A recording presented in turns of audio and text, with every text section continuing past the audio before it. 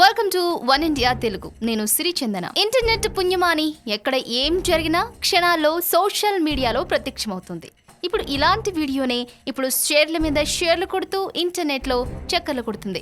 ఇక అసలు విషయంలోకి వెళితే ఒక చిన్న పిల్లాడు బాధ్యతారాహిత్యంతో ఇంట్లో వారికి తెలియకుండా బైక్ వేసుకుని పోలీసులకు పట్టుబడిన వైనం.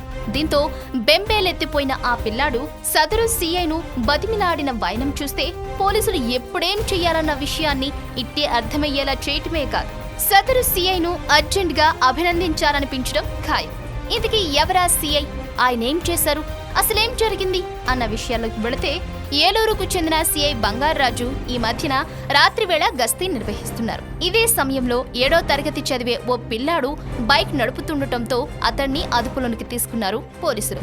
తన ఘనకార్యాన్ని ఇంట్లో వారికి చెప్పేస్తే తన సంగతి ఇంకేమైనా ఉందా అంటూ భయపడిపోయిన ఆ కుర్రాడు పెద్ద ఎత్తున ఏడ్చేస్తూ సీఐను బ్రతిమిలాడిన వైరాన్ని షూట్ చేశారు.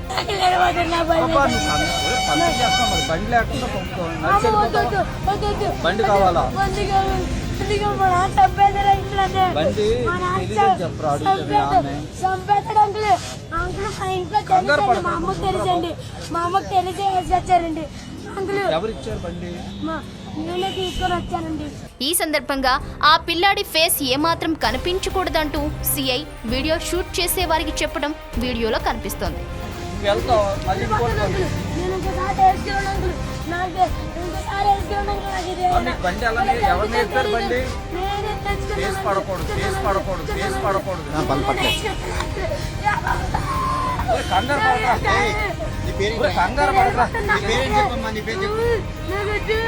కౌన్సిలింగ్ తరహాలో ఆ పిల్లాడిని డీల్ చేసిన పద్ధతి, చేసిన తప్పును ఒప్పేసుకుంటూ తన తల్లిదండ్రులకు ఈ విషయం తెలిస్తే ఊరుకోరని, తన తండ్రి అయితే చంపేస్తాడంటూ దీనంగా వేడుకోవడం కనిపిస్తోంది.